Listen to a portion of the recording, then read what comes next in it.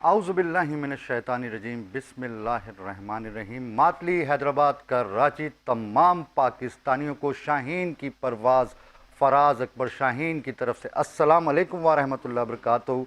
नाज़रीन, मुझे पता है आप बहुत इंतज़ार कर रहे हैं हैदराबाद में और ख़ुसूसन इंटीरियर सिंध में कि 10:10 पे आपका अपना मेज़बान शाहीन की परवाज़ लेकर फ़राज़ अकबर शाहीन हाज़िर होगा। आपको पता है नाज़रीन, शाहीन की परवाज़ स्पेशली ये शो जो है ये तमाम पाकिस्तानियों का है और ख़ुसूसन जो मेरे भाई, जो मेरे मुस्लिम भाई और इसके अलावा जो इंसानियत के नाते से हमारे भाई हैं और अदर कंट्रीज़ में हमारा प्रोग्राम देखते हैं, मैं उनका भी शुक्रिया अदा करता हूँ। और शाहीनों की परवाज़ तो आपको पता है कि इस वक्त शाहीनों की परवाज़ तो पूरी दुनिया में मशहूर है, अल्हम्दुलिल्लाह। और नाज़रीन, आप कर सकते हैं कहें ना दिल की बात शाहीन की परवाज़ से लाइव कॉल पर। हमें आपका इंतज़ार रहेगा कि आप कीजिए अपने दिल की बात, आप अपने मसाइल हमसे डिस्कस करें और हम आपके मसाइलों का हल, जो हमारे पास यहाँ सियासी लोग मौजूद होते हैं, सूबाई असम्बली से जिनका ताल्लुक़ होता है, कौमी असम्बली से जिनका ताल्लुक़ होता है, हम वो मसाइल उनसे डिस्कस करेंगे और पूछेंगे कि इन मसलों का हल क्या है। नाज़रीन, आपको पता है कि आजकल बजट भी आया हुआ है, कुछ चीज़ें हम बजट पे भी डिस्कस करेंगे, कुछ आपके अहले मोहल्ला, अहले शहर, और आजकल आपको पता है कि इतने हालात ख़राब हुए हैं महंगाई की वजह से, तो उस महंगाई के हवाले से भी हम बहुत सारी बातें करेंगे। और करते रहिए ना अपने मेज़बान से दिल की बात। मैं आपका इंतज़ार करूँगा लाइव कॉल पर। हमारे साथ मौजूद हैं मोअज़्ज़िज़ गेस्ट, मैं उनका तारुफ़ कराता जाऊँ। हमारे पास मौजूद हैं कर्नल सलमान साहब। अस्सलाम वालेकुम व रहमतुल्लाहि व कर्नल बरकातहू। मोहम्मद सुहेल। कर्नल मोहम्मद सुहेल साहब, कैसे हैं आप? खैरियत से हैं? अल्लाह का ठीक ठाक शुक्र, हैं? बहुत बहुत शुक्रिया इनवाइट करने का आपका। कर्नल साहब, मैं आपके पास आऊँगा तकरीबन सबके तारुफ़ कराने के बाद, और इस महंगाई के हवाले से एक सवाल ज़रूर करूँगा जो मेरे प्रोग्राम की थीम है, आप ये समझ लीजिए। बिल्कुल ठीक। हमारे साथ मौजूद हैं सूबाई असम्बली के मेंबर आमिर सिद्दीकी साहब। अस्सलाम वालेकुम व रहमतुल्लाहि व बरकातहू। वालेकुम अस्सलाम, बहुत शुक्रिया आपने दावत कैसे हैं दी आमिर भाई? और इस प्रोग्राम की बड़ी हमें भी इंतज़ार होता है कि कब आप बुलाएं इस। आमिर भाई, आपकी मोहब्बत है कि आप तशरीफ़ लाए, बहुत शुक्रिया। और हमारे साथ मौजूद एक NGO चलाती हैं ताबीर आज़म, डॉक्टर उरूसा। अस्सलाम वालेकुम। वालेकुम सलाम सर। कैसे हैं आप? अल्लाह का खैरियत से हैं? शुक्र ठीक ठाक हैं? ठीक ठाक। अच्छा कर्नल साहब, मैं सबसे पहले, मेरे प्रोग्राम की एक थीम है, उसको मैंने इस दफ़ा थोड़ा सा चेंज किया है, बजट भी आ गया है, कि आप कैसे हैं और इस बजट के दौर में आपकी जेब में कितने पैसे हैं? मेरे जेब में पैसे वैसे तो पैसे ऐसे बताने नहीं चाहिए, लेकिन ये है कि इतने हैं कि बस गुजारे के लायक हैं। इस महंगाई से आप भी परेशान हैं? एवरीबडी, कोई नहीं है इससे, इससे कोई फारिग नहीं है महंगाई से। महंगाई इतनी हो चुकी है इस वक्त माशाल्लाह कि बस किसी का कोई हाल नहीं है। जो पहले लेवल्स होते थे ना कि मीडियम वाले लेवल जो होते थे, मीडियम सोसाइटी, वो बिल्कुल डाउन आ चुकी है अब। और जो इतने टैक्सेस लग गए हैं, उस टैक्सेस के बाद अभी मैं देख रहा था एक न्यूज़ में कि 2.5% टैक्स पेट्रोल पे लग गया जी। है। अब जब ऑलरेडी आप टैक्स पेट्रोल पे लगाएंगे तो जितनी भी चीज़ें हैं वो वो अशिया ultimately महंगी महंगी हो जाएगी। जी, उनकी शरह महंगी होगी, तो आम आदमी के लिए तो बड़े मसाइल पैदा हो जाएंगे। बहुत ज़्यादा मसाइल हैं, बहुत ज़्यादा मसाइल हैं। अभी आप यकीन करें कि एक जगह अगर आप रुक जाएं ना, बाज़ार में या कहीं भी, तो आप देखें कि ठीक ठाक शुरफा लोग भी मैंने देखे हैं, दुपट्टे शुपट्टे ओढ़ कर, औरतें भी हैं, मर्द भी ठीक ठाक ड्रेस में, लेकिन बेचारे they are asking for help. बड़ा दुख होता है। तो हम तो थोड़ी बहुत जो कर सकते हैं वो कर देते हैं। जैसे ईद आई थी तो उसमें कुर्बानी का था, तो मैंने कहा तो अब तो बकरे का गोश्त रखना ही नहीं चाहिए, सारे ही गुरबा में डिस्ट्रीब्यूट कर देना चाहिए। तो यही हम इस हद तक कर सकते हैं, लेकिन ओवरऑल तो फिर हुकूमत का काम है। सफ़ेद पोश तबका जो है वो ज़्यादा पिस रहा है इस जी। मामले में। जी एग्जैक्टली, ऐसा ही है। बिल्कुल एग्जैक्टली। आमिर भाई, आप कैसे हैं और इस महंगाई के दौर में और इस महंगे बजट में आपकी जेब में कितने पैसे हैं? नहीं देखिए, मेरा तो माशा बिजनेस है और हम तो मेरे पास काफ़ी वो एम्प्लॉयमेंट है जो 50,000 के नीचे 40 और 50,000 पे जॉब भी कर रहे हैं। देखिए, महंगाई इस तरह से है कि आप कुछ तो मसनूई महंगाई है जिसको इंतज़ामिया ने बिल्कुल खुली छुट्टी दी हुई है, और ये समझ लें कि उन्होंने बिल्कुल खुले लाइसेंस दिए हैं जिस रेट पे चाहें वो माल बेचें। तो आप इस तरह कह सकते हैं कि देखिए हमारा मुल्क वो मुल्क है कि जो हर चीज़ हमें अपनी ज़मीनों से मिलती है। यानी आप कोई भी सब्ज़ी ले लें, दालें ले लें, यानी कि ये हमारा अपने ज़ाती मसनूआत है। तो उसके ऊपर इंतज़ामिया ने खुली छुट्टी दी हुई, यानी कि अगर भिंडी आपको आज 200 रुपये मिल रही है तो भिंडी आपको 100 रुपये मिल सकती है। टमाटर, आलू, प्याज, ये वो चीज़ें हैं कि जो बिल इसके ऊपर मसनूई महंगाई है। और देखें जब आप महंगाई की बात करते हैं तो महंगाई क्यों है कि आज जो पेट्रोल पे भी टैक्स लग रहा है कि आप अपने मुल्क को कर्जा लेके चला रहे हैं। आपके पास कोई सेक्टर नहीं है जो आपको पैसे कमा के दे रहा हो, हर सेक्टर आपका लॉस में है, हर सेक्टर आपका खसारे में है। जब मुल्क को लोन लेके चलाया जाए तो फिर आप किस तरह से एक्सपेक्ट करते हैं। और देखें जब आप महंगाई 2022 की महंगाई देख लें और 2025 देख लें, आप ब्यूरो ऑफ स्टैटिस्टिक्स उठा लें, महंगाई बढ़ी नहीं है। 2022 से लेके महंगाई नीचे आई है। देखिए आप कैसे सोच सकते हैं कि महंगाई बढ़ी है। आपके पास या तो फिगर्स स्टेट बैंक से लेंगे या ब्यूरो ऑफ स्टैटिस्टिक्स से, आप वहाँ से आप नंबर्स उठा लें। 2022 से और आज के नंबर्स में महंगाई में कमी आई है, महंगाई बढ़ी नहीं है। 2022 से 2022 ले लें और 2025 के आप नंबर्स उठा लें। आप अभी खोल लें वेबसाइट स्टेट बैंक की, तो वहाँ जाके देखेंगे आपके हर नंबर्स नीचे आ चुके हैं।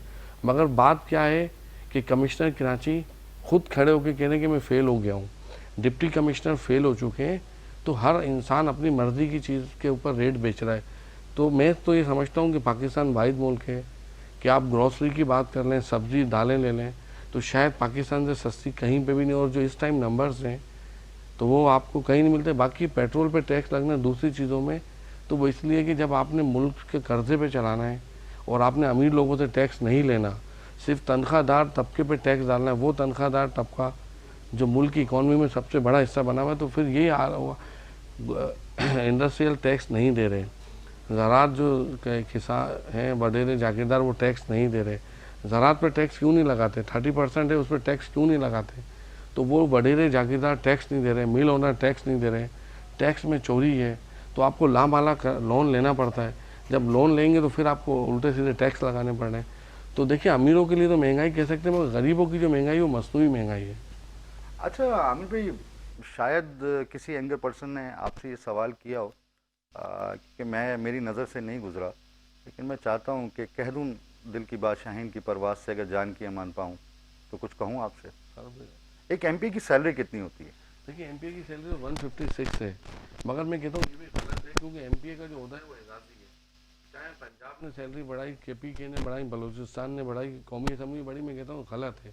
हम इसकी खुली मजम्मत करते हैं।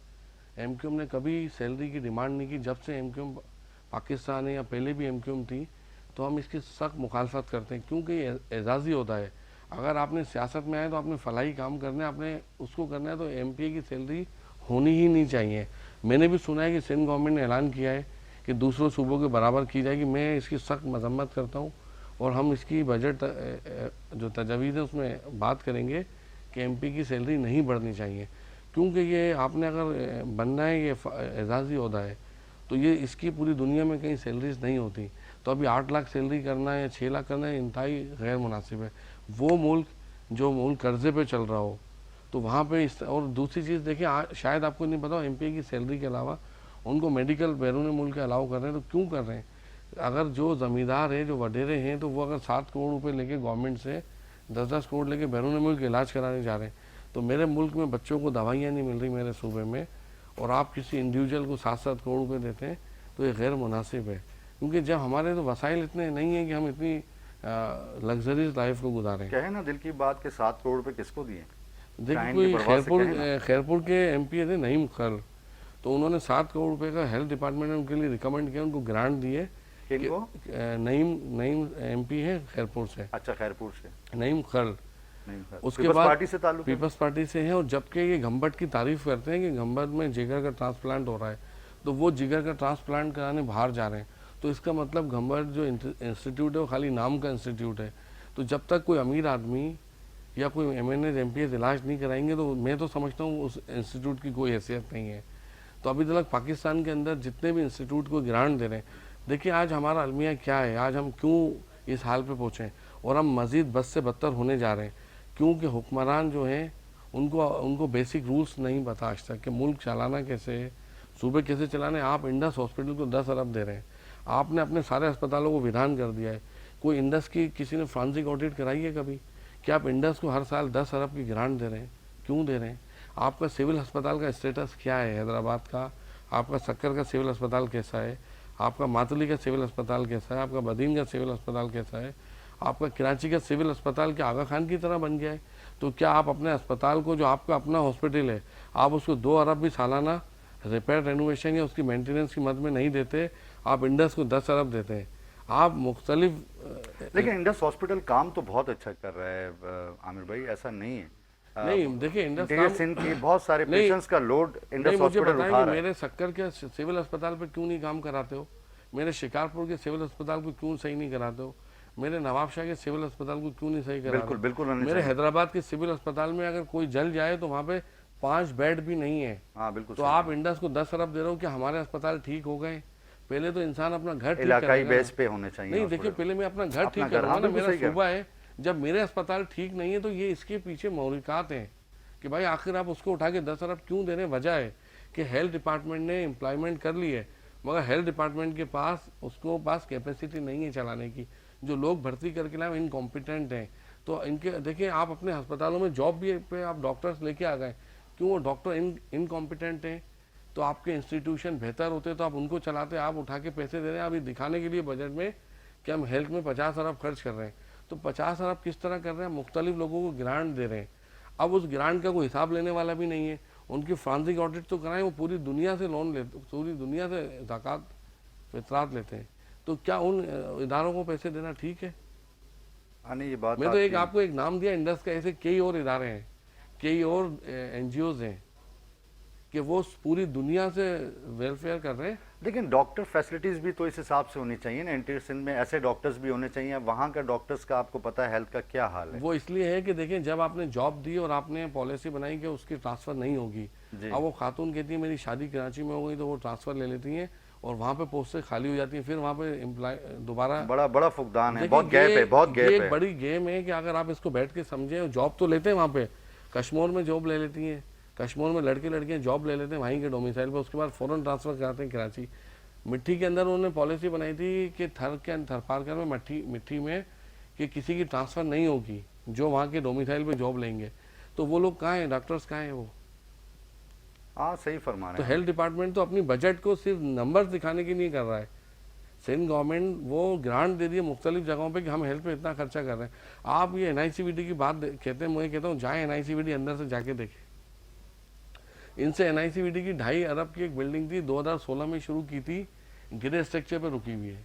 वो NICVD सिर्फ फेडरल गवर्नमेंट ने बनाया था। जो बिल्डिंग इन्होंने ली है, जो चला रहे हैं, आप जाएँ, मैं यकीन से कह सकता हूँ, किसी को भी भेज दें किसी भी दिन, खून की चादरें पड़ी हुई हैं, जंग वाले बेड हैं, चीज़ें ऐसी हैं कि आप अंदर घुस नहीं पाएंगे। वो कहाँ पर आप बता रहे हैं? NICVD जो कराची का NICVD है। अच्छा, तो मैं कहता हूँ जिसकी नाम ले लेके थकते नहीं है ये, आप जाके उसके अंदर से कंडीशन देखें, जिना अस्पताल की कंडीशन देखें, आप सिविल अस्पताल की हालत असल में देखें। आप कोई नुमाइंदा यहाँ पीपल्स पार्टी का मौजूद नहीं है। मैं अपनी टीम से कहूँगा कि आप किसी को लाइन पे लें तो उसका जवाब वो बेहतर दे सकेंगे। हाँ, मैं तो कह रहा हूँ कि ये तो देखिए आंखों, हम तो आई विटनेसेस है ना जी जी। कि मेरे हलकों के, हमारे अपने शहर के अस्पताल ठीक नहीं है। मेरे हलके में 100 बेडेड PIB हॉस्पिटल है, बड़ी मुश्किल से उस पर कब्जा छुड़वाया। उसकी मशीनरी 3 अरब की इन्होंने खरीदी हुई है, बस आज ऑन कर रहे हैं, कल कर रहे हैं, पूरा साल हो गया। 5 एकड़ पे आगा खान से 5 मिनट की वॉक पे उस अस्पताल को ऑन नहीं कर रहे। तो शहर के सारे अस्पताल बंद पड़े हुए हैं। देखें, जब बीमारी आती है तो सबसे पहले अर्बन हेल्थ सेंटर जाते हैं या रूरल हेल्थ सेंटर जाते हैं, UHU या RHU जाते हैं, ताकि आप छोटी बीमारी, बुखार, दवाई, पेट में दर्द वहाँ से लेना है। उसके बाद आप ट्रेजरी हॉस्पिटल पे जाते हैं। तो आपका इंफ्रास्ट्रक्चर बना हुआ है, आपने उसको बंद करके रख दिया और वो सब लोग तनख्वाहें ले रहे हैं। कोई भी जॉब से सिंसियर नहीं है। और आप कानून देखेंगे, कहीं कोई कानून मुझे दिखा नहीं पाया कि डॉक्टर 8 से 9 बजे हॉस्पिटल आते हैं और 1 बजे छोड़ के चले जाते हैं। जॉब उनकी 5 बजे तक की है और कुछ तो जो सीनियर हैं वो तो आते ही नहीं है। सीनियर आते ही नहीं है। यहीं आमिर भाई मैं आपको रोकता हूँ, डॉक्टर उरूसा हमारे पास मौजूद हैं। आप बताइए ना, कहे ना दिल की बात। आमिर भाई सही कह रहे हैं? बिल्कुल सही कह रहे हैं सर, क्योंकि जो सीनियर्स हैं वो इसीलिए नहीं आते क्योंकि उनको ये है कि जो जूनियर है वो लेस सैलरी पे है, वो वहाँ काम करेगा, और वो सिर्फ इसलिए वर्किंग में होता है क्योंकि वो प्राइवेट है, उनको गवर्नमेंट जॉब्स नहीं मिल रही हैं, तो वो वर्किंग कर रहे होते हैं इन अ सेंस इसलिए कि हमें एक अपॉर्चुनिटी मिली हुई है उसी को अवेल कर लें, अगर नहीं करेंगे तो सीनियर्स जो है हमें उधर रुकने नहीं दिया जाएगा, क्योंकि वहाँ पे एक लॉबी सिस्टम जो कि जिसको हम कहते हैं वो एक बना हुआ है। तो हम जब सर की बात भी सही है, जब हम इंटीरियर में करते हैं मेडिकल कैंप्स, तो इंटीरियर के मेडिकल कैंप्स मैंने देखा है मुझे वहाँ का कोई डॉक्टर अवेलेबल नहीं होता। मुझे कराची से डॉक्टर्स लेके जाने होते हैं, और जब हम उन हॉस्पिटल्स में जब हम वहाँ जाते हैं उनके हालात वैसे ही बहुत ख़राब होते हैं, और वो हमसे कहते हैं कि ये जिस आपने यहाँ पे आए हैं, आपका बहुत शुक्रिया कि आप कराची से हमारे लिए ट्रैवल करके यहाँ पर आए हैं, और वहाँ की जो फैसिलिटीज़ होती हैं वो मतलब बर्दाश्त नहीं होती, बयान नहीं कर सकते आप। हम अपने साथ इंस्ट्रूमेंट्स तक लेके जाते हैं वहाँ पे, तो हम वहाँ पे ये सवाल ही पूछते हैं कि यहाँ का डॉक्टर कहाँ है। तो वो सारे जो इंटीरियर के डॉक्टर्स हैं वो ऑब्वियसली हमारे साथ कराची में ही होते हैं, तो हमारे साथ जाते हैं, वो उनका अपना शहर है, वो जाते हैं वहाँ पे काम करते हैं, लेकिन ऑब्वियसली वो जो वहाँ पे पेशेंट का क्राइटेरिया है वो यही कहता है कि आप दोबारा कब लगाएंगे, क्योंकि हमने फ्री ऑफ कॉस्ट मेडिकेशन भी उन्हें देनी होती है, ट्रीटमेंट भी चल रहा है। वो कराची आते हैं, हम उन्हें लेकर आते हैं, लेकिन बेड्स नहीं है। एक हमारे पास इतना एक केस था सीवियर, उसको माउथ का कैंसर था, 3 साल से वो कराची आ रहे हैं जा रहे हैं, किसी ने उनसे कहा लेके भी आएंगे। हमने उनसे कहा कि अगर हमें बेड मिल जाता है जिन्ना में तो हम उनको ये फैसिलिटेट करेंगे, लेकिन ऑब्वियसली अनफॉर्चुनेटली कि हमारा जितना क्राइटेरिया था हम उसमें नहीं उसको फुलफिल कर सके। लेकिन वो यही बात है कि हमारी जितनी हदूद है फंडिंग की, हम उसमें उतना काम करते हैं। तो जितना हम टैक्स पे करते हैं, मैंने कल भी किसी से ये कहा कि अगर जितना मैंने अपनी सैलरी में से टैक्स पे किया, अगर ये कोई और पे करता तो मैं ये उस फंडिंग में लगा सकती थी जो मैं किसी की एक हेल्प कर सकती थी, मैं अपने क्राइटेरिया में अपनी मेडिकल फैसिलिटी में उसको लगा सकती। तो ये हर चीज़ हमारे डोमेन में नहीं होनी चाहिए। जो एनजीओ रन कर रहे हैं, हमारी तरीके के और भी बहुत सारे लोग हैं, गवर्नमेंट के लोगों को आगे आना चाहिए। और जो हॉस्पिटल्स में जो इस वक्त स्टाफ मौजूद है वो आपको एंटरटेन नहीं करेगा। प्राइवेट हॉस्पिटल्स आप ले लें, 5000 रुपीज़ पर चेकअप ओपीडी है, ठीक है, लेकिन वो ओपीडी उसके अकाउंट में जा रहा है। लेकिन अगर वो किसी हॉस्पिटल में बैठ रहा है वो उसको ऐसे एंटरटेन नहीं करेगा ऑब्वियसली, क्योंकि वो उसको सैलरी इतनी मिल रही है। वो कहेगा मेरे उस हॉस्पिटल आ जाना, मैं आपको वहाँ देख लूँगा, क्योंकि हम तो उस फेसेस से गुजर रहे होते हैं, हम देख रहे हैं कि किस तरीके से काम हो रहा है, तो हम खुद उस चीज़ का शिकार हैं। तो हम तो ये कह भी नहीं सकते कि हाँ ये बहुत अच्छा हो रहा है। तो हम तो खुद गवर्नमेंट से कभी ना कभी अपील करना चाहते हैं कि इसको सिस्टम को करें, जो हमारे एजुकेटेड डॉक्टर्स हैं उनको गवर्नमेंट फैसिलिटीज़ दी जाए। गवर्नमेंट हॉस्पिटल से हमारे अब जो एजुकेशन के जो स्टूडेंट्स आ रहे हैं, आप उनको जॉब्स दें ताकि वो डेडिकेशन के साथ वहाँ काम कर सके। क्योंकि जो इंटीरियर का बंदा है वो इंटीरियर से कराची आ जाता है क्योंकि वो सिंधी होता है, उसको वो जगह मिल जाती है। वो कहते हैं पंजाब जाओगे तो पंजाब को मिल जाएगी। जैसे मैं बेसिकली अगर मैं कहूँ तो मैं बिलोंग करती हूँ मेमन। पठान पंजाबी की बात नहीं है, अच्छा टैलेंटेड जो लोग होते हैं वो अपनी जगह खुद बना लेते हैं। डॉक्टर उषा, मैं आपकी तरफ आऊँगा। कन्ना साहब, हमारे प्यारे मुल्क पाकिस्तान में जो हमारे दुश्मन मुल्क भारत को धूल चटाई, उन्होंने जो ऑपरेशन संदूर शुरू किया और हमारे शाहीनों ने जाके वहाँ संदूर लगा के आ गए माशाअल्लाह, और हमारा फ़ख्र सीने से फ़ख्र जो है वो सीना हमारा फ़ख्र से चौड़ा कर दिया। अल्हम्दुलिल्लाह हम अपनी पाक अफवाज के साथ शाना बशाना खड़े हैं। मैं चाहता हूं कि ज़रा उस बारे में बताइए कि वो रातें आपने जाग के गुजारी, पूरी कौम जाग रही थी, ज़रा मुझे बताइए। लेकिन हम यही सवाल लेते हैं, कन्ना साहब मजबूरी है, मेरे कान में जिन्नात होते हैं, जाना पड़ता है। आप कहाँ जा रहे हैं? बैठे तो सही, मिलते हैं एक छोटे से ब्रेक के बाद। वेलकम बैक नाजरीन, मैं हूं पाकिस्तान और मेरे साथ मौजूद हैं पाकिस्तान से प्यार करने वाले पाकिस्तानी। आप देख रहे हैं शाहीन की परवाज़, आपका मेज़बान फराज अकबर शाहीन हाजिर है। बस थोड़ी देर के लिए जाना होता है ब्रेक पे, आप भी वेट कर रहे होते हैं, हम भी आपका वेट कर रहे होते हैं। जी कन्ना साहब, जो ब्रेक से पहले मैंने आपसे सवाल किया, फराज साहब, जिस तरह आपका जो शाहीन की परवाज़ नाम है ना, तो मैं चाहता हूँ कि शाहीन से ही शुरू किया जाए। जी जी बिल्कुल बिल्कुल। शाहीन का जो मेन, मैं आपको पीछे से ले जाता हूँ। 14 साल पहले जो हाथियों के ऊपर हमला हुआ था, उधर से आप देखें अल्लाह ताला ने कैसा एक आइडिया दिया कि एयर सिक्योरिटी जो होती है वो कितना काम करती है जंग में। और आपने देख लिया 4 दिन की जंग में पूरी दुनिया को पाकिस्तान ने हैरान कर दिया। अब हुआ ये कि तकरीबन 7 तारीख को ही, 7 सितंबर को MM आलम जो बेस्ट पाकिस्तान एयरफोर्स का पायलट था, जिसने 60 सेकंड यानी 1 मिनट में 5 एयरक्राफ्ट गिराए थे, वर्ल्ड रिकॉर्ड बनाया था MM आलम ने। ये 1965 की वॉर की बता रहा हूँ जी जी जी जी। तो यही 7 सितंबर को इनके ये जहाज़ गिरे हैं, राफेल, और 6 जहाज़ गिरे माशाल्लाह। ठीक है। और इसमें ये चीज़ मेन है कि पहले जो जंगें होती 1945 वगैरह की, उसमें जहाज़ बहुत होते थे, लेकिन उसमें वो एक दूसरे को देखते थे और वो डॉग फाइट होती थी, एक दूसरे को मारना उन्हें कि जी इसको मैंने मारना है, तुमने इसको मारना है। लीडर बता देता था। लेकिन उसमें ये नहीं होता था कि रडार होता था। इस दफ़ा जो है ना चक्कर ही डिफरेंट हो गया। ये वॉर जो इस दफ़ा 4 दिन की हुई है वो एक अजीब तरह की वॉर हुई है, जिसमें 72 एयरक्राफ्ट इंडिया में थे उड़ रहे, जी जी, सब मिसाइलों से लेस, और पाकिस्तान में 40 जहाज उड़ रहे थे मिसाइलों से लेस। लेकिन दोनों एक दूसरे को देख नहीं सकते थे, दोनों अपनी अपनी कंट्रीज में थे।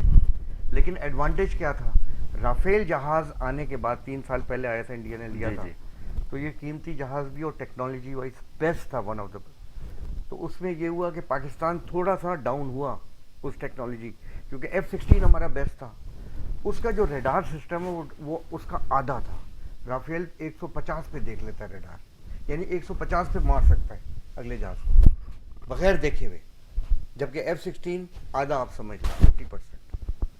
तो ये जो J-10C जो था, इसने सारा कार्रवाई की।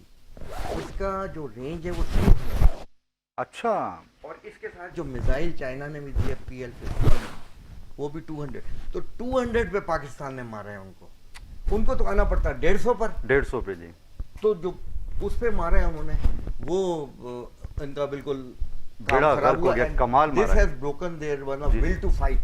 एक और सबसे बड़ी जो विल टू फाइट थी ना उनकी, वो ये हुई कि वो जो उन्होंने S-400 रेडार लिए थे ना, वो भी तकरीबन काफी लंबा, मतलब 500 किलोमीटर देख सकते थे। उन पे अटैक कर दिया पाकिस्तान। किस तरह? उनके सिस्टम्स को जैम कर दिया, और वो सारे तबाह जो हुए, उसमें इनके तकरीबन 5 बैटरीज हैं। 3 पाकिस्तान के अगेंस्ट लगाई हुई है इंडिया ने, जो रेडार S-400 है, और 2 जो है वो चाइना की लगाई। तो चाइना की। तो पाकिस्तान ने 2 तबाह कर दिए। उसकी वजह से उनकी बिल्कुल विल ही टूट गई, और उनका पूरा एयरफोर्स जो थी, इंडियन एयरफोर्स, वो ग्राउंड हो गई। अच्छा, ग्राउंड हो गई। ग्राउंड हो और गई। पहले जहाज जो होते थे वो लेके जाते थे तकरीबन कोई मैक्सिमम 1000 पाउंड का बॉम्ब, 1000 पाउंड का बॉम्ब लेते थे पहले ज़माने में। ये जो हमारा JF-10C जो है, वो तकरीबन 60 टन लेके जाता है एक जहाज। 60 टन। अब आप सोच लें कितना नुकसान किया पाकिस्तान ने उनका, ट्रिमेंडस। और ये नुकसान जो इंडिया का हुआ है, उसकी वजह इंडिया वॉज फोर्स अपॉन ये सीज फायर करने की। पाकिस्तान ने नहीं कहा सीज फायर के लिए, इंडिया ने रिक्वेस्ट की है। कलन साहब, एक शायद आपका माइक से थोड़ा सा इशू आ रहा है, मैं अपनी टीम से कहूँगा कि ज़रा उसको सेट करें। मैं डॉक्टर उरूसा की तरफ जाता हूँ। उरूसा, मुझे आप ये बताइएगा कि आपने भी जंग देखी माशाल्लाह, और कैसे इंडिया को धूल चटाई हमने, निस्पो नाबूद कर दिया, उनके जहाज़ भी, उनकी फ़ौज को भी। आपकी क्या राय? सर बेहतरीन तरीके से ये किया गया।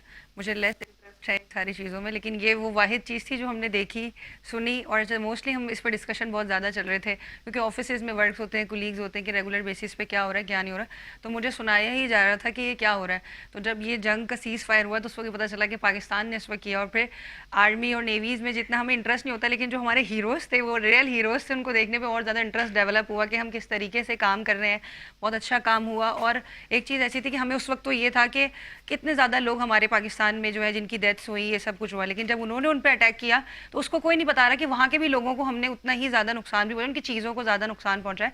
लेकिन ये है कि बहुत अच्छी काविश थी, और ये है कि इस तरीके की जो चीज़ें होती हैं वो हमें और मोटिवेट करती हैं पाकिस्तान में खासतौर पर रहने के लिए। मोटिवेट करती हैं। जी कनर साहब, आप वहीं से कंटिन्यू कीजिए। मैं ये कह रहा था कि ये जो हमारे जो ड्रोन्स थे ना जी, आप ये देखेंगे इतनी ज़बरदस्त जैमिंग पाकिस्तान ने कर दी थी, और उनका जो वो रडार तबाह कर दिए थे, तो उसकी वजह से हमारे जो ड्रोन्स थे वो 700 किलोमीटर इंडिया के अंदर थे, होवर कर रहे थे। अच्छा, फिर ये भी किया इंडियंस ने, तो हमारे लोगों को मारा ना, सिविल लोगों को। हमारे इस तमाम जंग में कोई सिविलियन नहीं मारा गया। उन्होंने दिल्ली के ऊपर भी हमारे वो थे, क्या नाम है, ड्रोन्स, और उन्होंने फिर साइड पे खेतों पे जाके गिराए। जब वो उसका ख़त्म हो गई ना इंडोरेंस, तो खेतों में जाके गिराए, अवाम पे नहीं गिराए उनके। अवाम पे नहीं गिराए। तो ये बहुत बड़ा मतलब अचीवमेंट पाकिस्तान ने लिया 4 डेज़ में। अच्छा, इसमें ये भी है कि जो 1965 की जंग में 17 दिन की जंग थी ना, 65 की वॉर, उसमें जितना टनेज गिरा था ना, बॉम्ब, मिसाइल, सबका, उसमें ये 4 जो दिन की जंग थी, उसमें उससे ज़्यादा था 17 दिन से।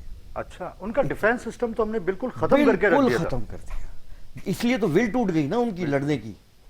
और एयर सिक्योरिटी असल चीज़ होती है। एयर सिक्योरिटी जो है वो सबको जो है ना बूस्ट दे देती है, आर्मी को भी, नेवी को भी। वो तो बिल्कुल ख़त्म हो गए वहाँ पर, और अब ये दुनिया के लेवल पे ये हो गया। ये अब ये पढ़ा जाएगा पाकिस्तान की इस टैक्टिक्स को जो इस्तेमाल हुई है। माशाल्लाह। अच्छा, आपके साहबजादे भी माशाल्लाह फौज में हैं? हाँ, मेरे जो हैं वो तो 2 बेटे आर्मी में माशाल्लाह। मेजर हैं माशाल्लाह से, और बल्कि एक बेटा जो है मेरा, he became the best cadet of Pakistan military academy Kakul, माशाल्लाह। And on that pretext he was sent to Australian academy. माशाल्लाह। वहाँ से ग्रेजुएट किया उसने। माशाल्लाह माशाल्लाह। कि वहाँ से जब आया तो फिर मैंने कहा भाई अब तो तुम्हारा मुकाबला अब है। तो पाकिस्तान में जितने फिर उसने कोर्सेज किए वो टॉप किए माशाल्लाह। फिर चाइना गया 1 साल के लिए, वहाँ पे इंटरनेशनल स्टूडेंट्स में टॉप किया। फिर एक जनरल के साथ एडीसी हुआ, और उसके बाद जो है वो प्लटून कमांडर जो पीएमए में होते हैं ना, जो ट्रेनिंग करते हैं कैडेट्स की, वो जो कैरियर ऑफिसर्स होते हैं उनको दी जाती है अपॉइंटमेंट ये। माशाल्लाह। Then he remained as a platoon commander. उसके बाद उसने स्टाफ कॉलेज की क्लियरेंस से इम्तिहान की। Then he went for staff college, जो कि मेन एक इम्तिहान होता है उधर 1 साल का कोयटा में। कोयटा में। तो वो क्लियर उसने बेस्ट उसमें किया नंबर्स में, माशाल्लाह। जिसकी वजह से उसको जो बेस्ट अपॉइंटमेंट होती है, he is BM infantry now in Balochistan. ज़बरदस्त माशाल्लाह। और दूसरा जो बेटा है मेरा, he is also major, he is मतलब डबल गोल्ड मेडलिस्ट है। अच्छा। एक प्राइम मिनिस्टर से लिए है, जिलानी से, और एक पीएमए में लिए है। माशाल्लाह and he is in electrical mechanical engineering, he is major in Pindi. माशाल्लाह। राइट नाउ छुट्टी पे आया हुआ है। और दामाद भी आपके माशाल्लाह? दामाद भी मेरा, ही इज़ ऑल्सो मेजर। माशाल्लाह। तो he is posted in Malir cantt. Malir cantt. जी, and he is in ordinance.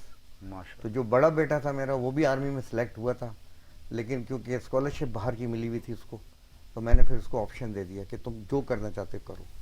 तो he went on scholarship to USA, वहाँ से GP4 लिया। Then now he settled in Australia. Australia. और सबसे छोटी बेटी अमेरिका में। अच्छा माशाल्लाह माशाल्लाह।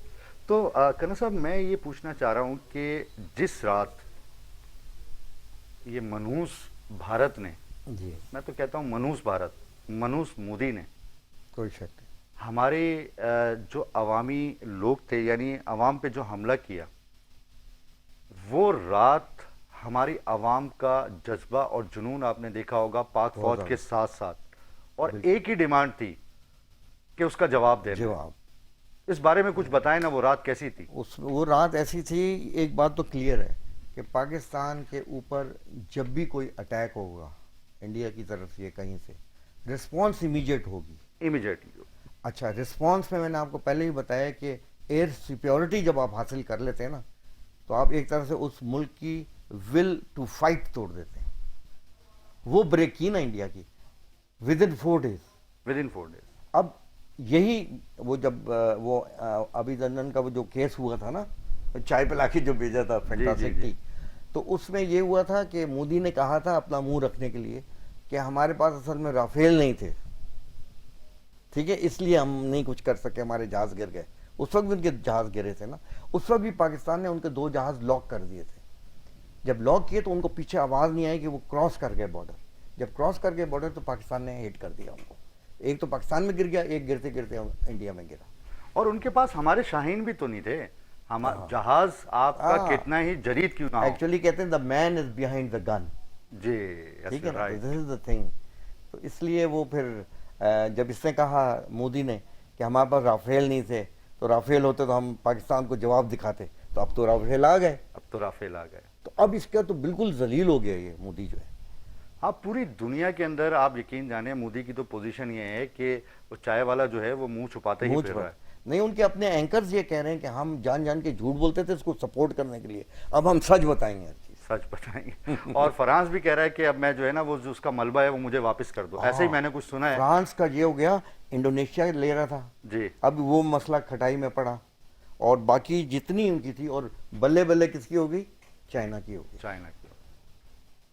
और बिल्कुल चाइना सही बहुत खुश पाकिस्तान से इस मामले में। है कि उनके जहाज की जो प्राइस है वो भी बहुत ज्यादा दुनिया में फायदा हुआ उनको कि प्राइस जो है बढ़ गई है बढ़ उनके गई जहाज ना की। उनकी, चाइना की तो बढ़ गई। और चाइना जो है ना, चाइना ने आप समझ लें जो लेटेस्ट चीज़ अभी ने, एक चीज़ मैं बताना भूल गया आपको। जी, जी। अभी रिसेंटली ये बात आम नहीं हुई है, एक इसके बाद J-10C के बाद एक और एयरक्राफ्ट चाइना ने बनाया है, वो 35। Stealth aircraft. अच्छा। उस स्टेल्थ एयरक्राफ्ट का इन्होंने तजुर्बा किया है स्कर्दू के पहाड़ों के ऊपर, पाकिस्तान पायलट्स ने और चाइनीज़ ने। ये अभी बात आम नहीं हुई है। और स्टेल्थ एयरक्राफ्ट ये कि आप कभी भी उसमें वो आता ही नहीं है रडार में। रडार में नहीं आता, बिल्कुल सही दिस इज कहा। A great achievement. तो आप समझ लें जो भी लेटेस्ट चीज़ है इस वक्त, चाइना आपको पता है टेक्नोलॉजी वाइज दुनिया में टॉप पे जा रहा है, तो जो लेटेस्ट चीज़ आप समझ लें पाकिस्तान में होगी, क्योंकि उनका भी, उनकी दिफा जो है ना हमारे पाकिस्तान की दिफा है, और पाकिस्तान की दिफा चाइना की दिफा है। चाइना की दिफा है, बिल्कुल सही फरमा रहे तो हैं। ये- और यकीनन ऐसा ही है। आप बताएं आमिर भाई, माशाल्लाह आमिर भाई, मैं क्या करूं, मेरे कान में कभी बादशाह सलामत आ जाते हैं, कभी जिन्नात आ जाते हैं, कभी शहजादे आ जाते हैं। नाजरीन आप मत जाइएगा, वेट कीजिएगा, मिलते हैं एक छोटे से ब्रेक के बाद।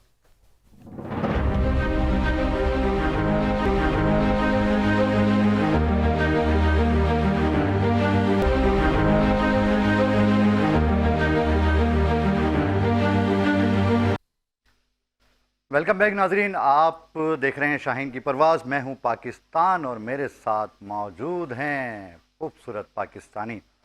करण साहब, शाहीन की परवाज़ में आप तशरीफ़ लाए तो मैं ये चाहता हूं, मेरे जितने भी मौजूद गेस्ट हैं, हमने ईद के बाद ये पहला प्रोग्राम शाहीन की परवाज़ स्टार्ट लिया है, तो मैं आपकी खिदमत में बुके पेश करना चाहता हूं चैनल 5 की तरफ से और शाहीन की परवाज़ की तरफ से। ये आप बैठे हैं, माइक लगा हुआ है, आप बैठे हैं। ये बहुत शुक्रिया, Thank you very much. आप तशरीफ़ लाए। Thank you very much. Aamir Siddiqui साहब, आपका बहुत शुक्रिया, आप तशरीफ़ लाए। बल्कि आ रहे हैं कैमरे में, आमिर भाई आ रहे हैं ना भाई, ये लीजिए, बहुत शुक्रिया। ये आपके लिए डॉक्टर साहब, sir thank you so much. ये आपकी इसकी खुशबू जो है वो शाहीन की परवाज़ों की तरह आप तक पहुंचती रहेगी इंशाअल्लाह ताला। आमिर भाई, आपसे ब्रेक से पहले बात हो रही थी, अभी आप ईद पे तशरीफ़ लाए थे हैदराबाद और शाहीन हाउस पे भी तशरीफ़ लाए, आपसे मुलाकात भी हुई और मेरे फादर जनाब अज़हर अली शाहीन साहब के मज़ार पे भी आप बिल्कुल तशरीफ़ लेके गए, अपने फातिहा की वहाँ। एक तो आपका बहुत शुक्रिया। दूसरी, जब आप कब्रिस्तान में गए तो कब्रिस्तान का हाल ऐसा था कि कोई पुरसाने हाल नहीं है, कोई पूछने वाला नहीं है। इत्तफाक से हमेशा वहाँ सीट जो है वो MQM पाकिस्तान की होती है, वहीं से मुत्तहिदा कौमी मूवमेंट पाकिस्तान जीतती है। इस दफ़ा जो है वो गुमनाम इंसान की सीट है वहाँ की, ना पीपल्स पार्टी ने निकाली ना MQM पाकिस्तान ने निकाली, वहाँ से PTI की सीट है। और PTI के MPA जो हैं, मैंने बड़ी कोशिश की अपने लास्ट प्रोग्रामों में भी कि मैं किसी का नाम कोट ना करूं, नाम ना लूं, लेकिन जब मैं वो देखता हूं कि वहाँ ज़िंदा तो परेशान हैं और कब्रों का हाल ऐसा है कि कब्रें जो है वो सेवरेज के गंदे पानी से पूरी डूबी हुई हैं। मैं अभी वो वीडियो लगाऊंगा, आप वो वीडियो देखिएगा।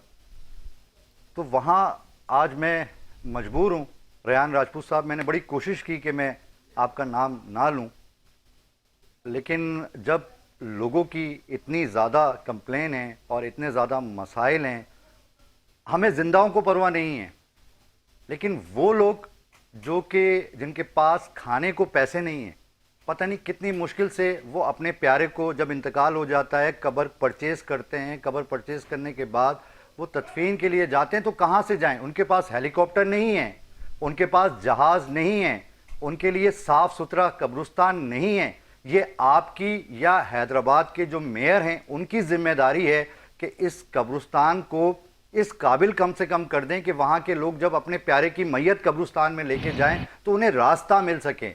वहाँ के चले रोड टूटे में कोई मसला नहीं है, लेकिन गंदा पानी तो ना हो, वरना रोडों की पोजीशन ये है कि वहाँ से अगर गंदा पानी नहीं भी है तो भी उस रोड से गुजरना मुश्किल है।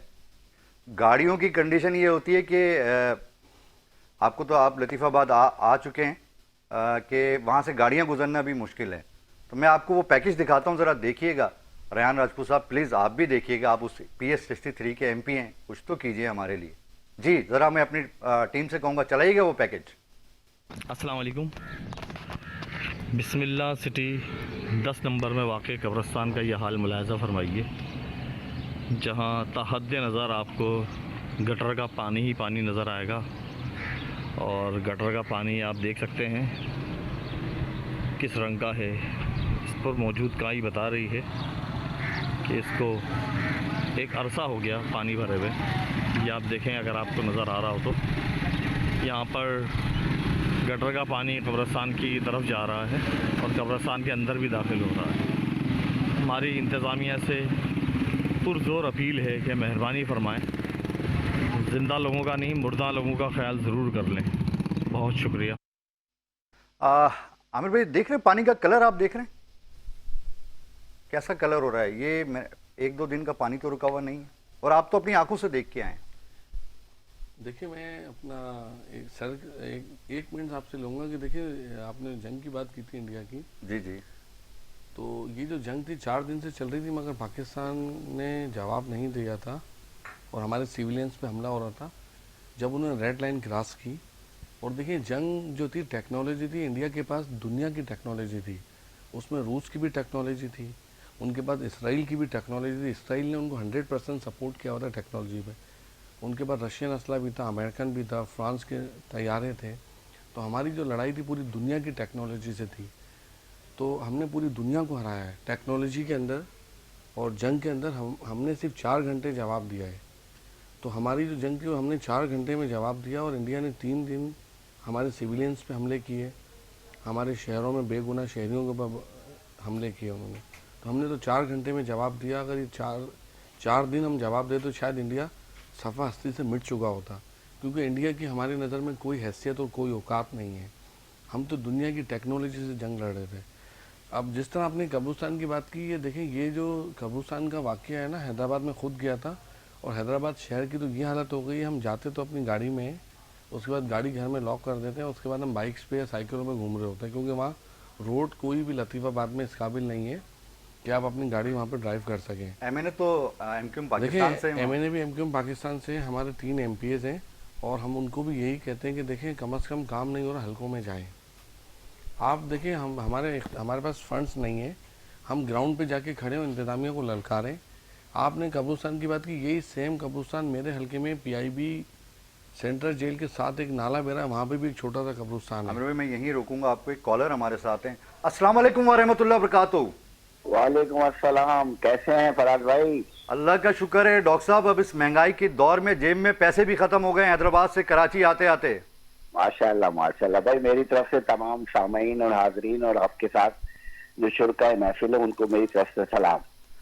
वालेकुम अस्सलाम व रहमतुल्लाह बरकातहू। डॉक्टर मेराज निज़ामी साहब हैदराबाद के मशहूर डायबिटोलॉजिस्ट हैं।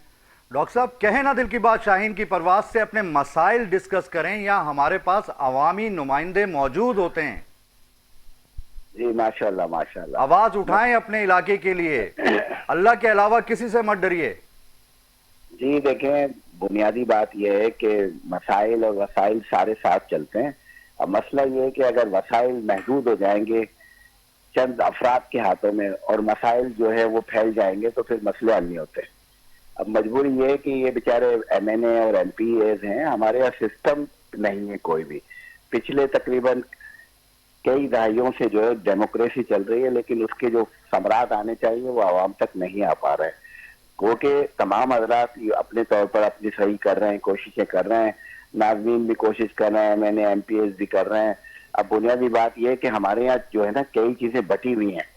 वजीर आला के अपने इख्तियारात हैं, डीसी के अपने हैं, सेक्रेटरीज और वजीर के अपने हैं। तो यहाँ पर पता नहीं लगता कि कौन किसकी जो है कम्युनिटी में आता है और कौन किसके पास कितना पावर है।